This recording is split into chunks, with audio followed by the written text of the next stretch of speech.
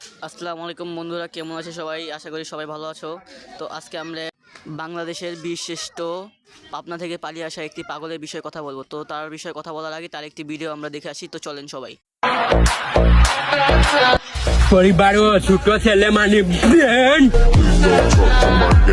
তো বন্ধুরা, আশা করি সবাই বুঝে গেছো আমি কার বিষয়ে কথা বলছি। বাংলাদেশের একমাত্র পাগল আমাদের ডিজে হাবিব ভাই।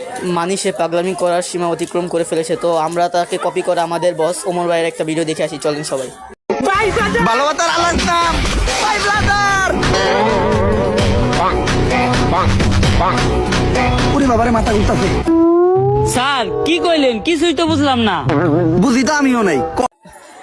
আমার তো মনে হয় আমাদের ওমর ভাই তার থেকে ভালো করছে। এই ছেলেটা পাগলামি করার সব সীমানায় অতিক্রম করে ফেলছে। এর এলাকার পোলাপান কে দেখে না। এর জন্য তো আমাদের সমাজটা আরও নষ্ট হচ্ছে। ছোটো ছোটো পোলাপানরা একে দেখে এইসব পাগলামি ভিডিও বানাচ্ছে।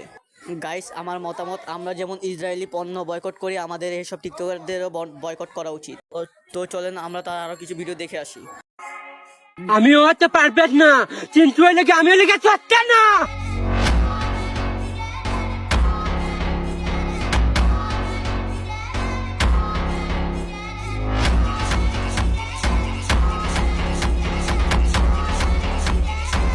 ভাই, আমি ওর কি বলবো? আমি তো ওর বয়স কিছুই বুঝি না। আমার তো মনে হয় ও নিজে কী বলে নিজেই বুঝে না।